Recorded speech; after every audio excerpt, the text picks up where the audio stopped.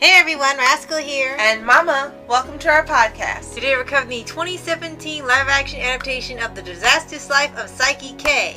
Saiki Kusuo No Sai-nan, the movie perfectly adapts the bizarre characters of the anime as it centers on the school festival arc. Now with Saiki attempting to avoid literally everyone, much to no avail as usual. Yes. And before we start, be sure to like, subscribe, and click the notification bell to get updates on future podcasts and multiple pause videos. Yes. Now, I know this is a movie Mama wanted to see for a very long time. Even though we had been burned twice on live action anime movies. But we're happy to say that this actually was a very pleasant surprise. It pretty much kept accurate to the anime up until maybe the last 5 minutes. And if I'm not mistaken, this was distributed by Sony. Yes. So Sony needs to do all live action anime adaptations. Yes. They just need to do it. So Yes. they do MHA and One Punch Man and some other shows. So they should do those too. Believe it or not, up until the last 5 minutes of this movie when it decided to derail and go off script, Right. it stayed true to the anime, which was fantastic. So Right. it gets a 95% Paws On Animation to models rating. Right? And they even kept accurate to how the characters look. The only thing that's really off is that everyone's about the same height. Right. They don't have giant ones and small ones and different sizes. They didn't have that this time. They all were about average the same height when you stood them all together. Mm-hmm. But they kept all the costumes right. They did act like the characters. The craziness was definitely captured. So pretty much a majority of the look and style of it was there. Even all of Saiki's breaking the fourth wall the entire time and knowing he's in a movie. And with the glasses on, the actor looked like Saiki K. The only difference was the glasses were not pink. No, they weren't. They weren't green. They were sort of yellow. Right. But other than that, yeah, it was fantastic. We were so happy to see that someone actually did a live action adaptation right. So Sony, you need to do MHA and some others. Yes. The only thing that we can say that didn't fit were that a couple of key characters were left out. Yes. But they managed to still make the movie work without their craziness in it, like Jet Black Wind. Right. And we know that. And we know that we couldn't fit everybody in there because some weren't added to later in the series and the cast kept growing. But we figured they would keep the ones they had in the beginning. But maybe a majority of the girls were missing. They only kept one or two. Mm-hmm. And some of the guys were missing, the guy that's also a psychic but also a perv, the rich kid, with the chocolate walls. Yes, the girl that ate everything you gave her. Yeah, some characters in the class were missing, but at the very least they did keep the major ones in there. And the one blaringly missing item was coffee jelly. Yes. They didn't mention it one time. Yes. It's how can you have him in the movie but not wanting or drooling or obsessing over coffee jelly? Right, that's his one weakness is coffee jelly. And they just somehow left it out, I guess, to make sure he kept a straight face the whole time. Which it looks like it was hard to do because there kept being bloopers at the end of the movie where they would break out in laughter. They even had Nendo's chin. Yes, his butt chin was apparently accurate. They actually left that in. I was surprised.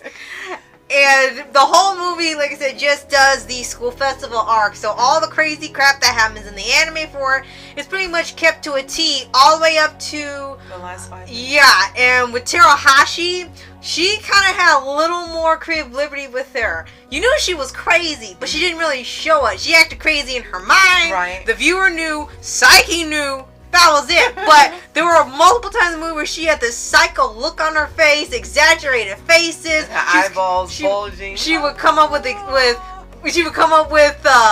really complicated plans like Pinky and the Brain to trap Saiki, and it was a little odd because she was always the one that looked like she was okay, and she knew she was so full of herself all this time. And but when anything happened, she wasn't the one who did it. She got her little fanboys to be the one to do the dirty work, and she would be absolved. Right. So in here, she's more of the deceiver, yeah. And so it was a little weird seeing her do that and being more of a deceiver and scheming and things when that wasn't part of her character before. Right.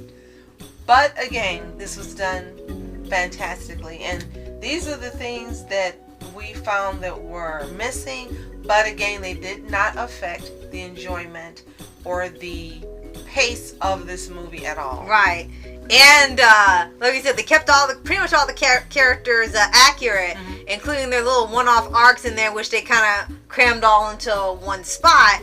And there was even a point in there when they were doing the introductions for the characters, especially the one that his pants keep falling down when he slides. They said, "Can you please pull your pants And off?" they actually did it. We didn't think they were going to do it, but they did it, and his pants fell off and his butt was exposed and he was on the floor. And we were laughing so hard because we couldn't believe they actually did it. Right. And there was even a point. And then they had the bad boy in there too. Yes, they kept him in even though he wasn't there till way later. They actually kept him in way in the beginning. And when they got to him, he went to Saiki and said, "Hey man, you haven't done the introduction for me. You did everyone else but me. All right, this is so-and-so. He used to be a bad boy or is a thug or something, and now he's trying to go straight." He said, "That's it? You gave everyone else long moves? Well, that's all that's important for them to know. We're on a time limit here." They kept both parents. Yes. And the only difference was the mom wasn't as kooky as she is in the show. Right, and they didn't have them... knowing that she looks really young for her age. The dad was still pretty much spot on. Yeah, and they didn't have them arguing with each other at the beginning. You didn't get why all of a sudden they were arguing and then they went back to being lovey-dovey. They just stayed lovey-dovey the whole time, which I guess was fine if you just wanted to keep that fun time going. I guess that was an okay thing to leave out. And also in the animation, they rarely, I should say, spoke to Saiki directly. It was always telepathically. He spoke to them. They would speak out loud to him, and he would not answer back moving his mouth. He would speak telepathically. Or they wouldn't open their mouths at all, and they'd all just be speaking. He'd be reading their thoughts and answering them back telepathically. Right. And here, like you said, he actually opens his mouth. So it was a little weird to say, "Oh, I guess he is talking to these people." and they even have a point where they have for Jet Black win, and I think he was incredibly spot on. They were just missing his music, his theme music, because he acted like a fool the whole time. It was like, it's like, what is it? He's paranoid 24/7. Then they showed Dark Reunion, which is supposed to be fake, but they were almost to a point where you thought it was real because they never revealed that it was fake. And that was the point. Unless you watched the show and knew it, you were thinking it was real until the point when you realized this guy's crazy. None of this is happening. Right. So it worked really well for the movie. Right. And then they even get to a point where everything's supposed to be building up to a grand finale. Now, it doesn't have the finale like with the other anime where like a meteor or something is coming, but they do kind of veer off when it gets towards the end, and they keep in the part where Saiki keeps the little pinballs in his head or else the world will end, which they do play with, but they end up keeping that almost as a serious thing to the end, and it almost like got serious for a moment, which it did have serious moments anyway, but it was kind of veered off so fast. It was almost just like it almost took you like whiplash. All of a sudden, it was all funny, and then the world's about to end. They're gonna die. It's like, why did it go that far? And of all people to be stuck with, he was gonna be stuck with Terahashi. Yeah, and he looked like he just wanted to just like go home. They even have, they kept the shout outs to other manga and anime. Like they have one time where he's reading One Piece and said Luffy was stupid. Yes. And then there was another one where they were showcasing other classes, and for some reason, Assassination Classroom was next door to them. It was an awesome moment. We were like, "Oh my gosh, that's Kara-sensei!" It's like, yeah, the other class is really trying. It's like, wait a minute, you're in the same school? Why don't you save the world then? It was brilliantly done, fantastically done, with the right amount of characters, not like the MHA play. What's it called? The stage. The ultra stage. Not like the ultra stage where you only have 12 of 20 kids call the police missing out of this play.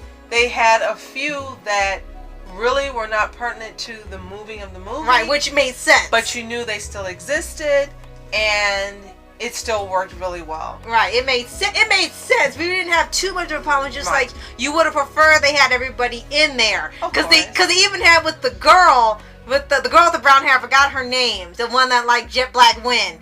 The only girl that liked Jet Black. Right. And they had a point when they had to near the end of the anime where she gained weight over the summer. Mm-hmm. You didn't know how. No, it was over the winter. You didn't know how or why she just did. And then she had the whole arc of exercising to lose it. Right. And she said, "This is ridiculous. I was gone this whole time, and the minute they write me back into the show, they have a weight loss arc. If the writers run out of ideas already, you couldn't come with anything interesting for me. Well, we could come with anything interesting for you for the movie either." So if you've seen Saiki K on Netflix, where it's still there now, not only the original but the reboot. Yes. On Netflix. Yes, you will see that this movie brilliantly sticks to the anime perfectly. Right. And I don't know if it's because Netflix didn't get their hands on it that this was done, or Sony's just a master at translating from anime to live action. Right. And truly, all of the anime studios in Japan and Netflix need to sit down, take notes, and learn from Sony the right way to do a live action movie, because this was absolute perfection. 95% perfection. Right. And we've seen quite a few live action adaptations of anime, but this one, it was just wonderful. This is how you do it. And Americans can also take note. Right. Last Airbender. You know the right way to get this done. Right. This is it. Oh, and one more thing I definitely got to mention to the actor playing Saiki. He did a great job of playing deadpan the whole time. Yes. And it was so funny because he was so good at it that when they had the sequences where Terahashi imagined him being shy and a goofball and just strange, there were times where Mama said he needs to stay deadpan because he looks so bizarre. There were times I was wondering, like, is he having like an attack or something? Because he's having weird expressions and things when they imagine she said, "You need to stay deadpan." Yeah. It was perfect. So, if you have seen Saiki K, let us know what you think in the comments below. If you haven't, go to Netflix, watch the original. You can watch the reboot to see the way not to reboot a series. Unfortunately, that's the truth. Now, we need to let you know that in order to view this movie, we bought a multi-format disc from Amazon, sorry. And we got a great price of $22 American. Right. I don't know if it's still available, and we had to purchase ahead of time a multi-format player so that we could see it. So the only way you are at this time able to see the Saiki Kusuo No Sai-nan live action movie is with a multi-regional disc and a multi-region player. Right. So, yada. Oh, be sure to like, subscribe, and click the notification bell to get updates on future podcasts and little pause videos. Yes. And thank you, Sony, for doing a wonderful live action of the funniest and most perfect gag anime that exists. Right.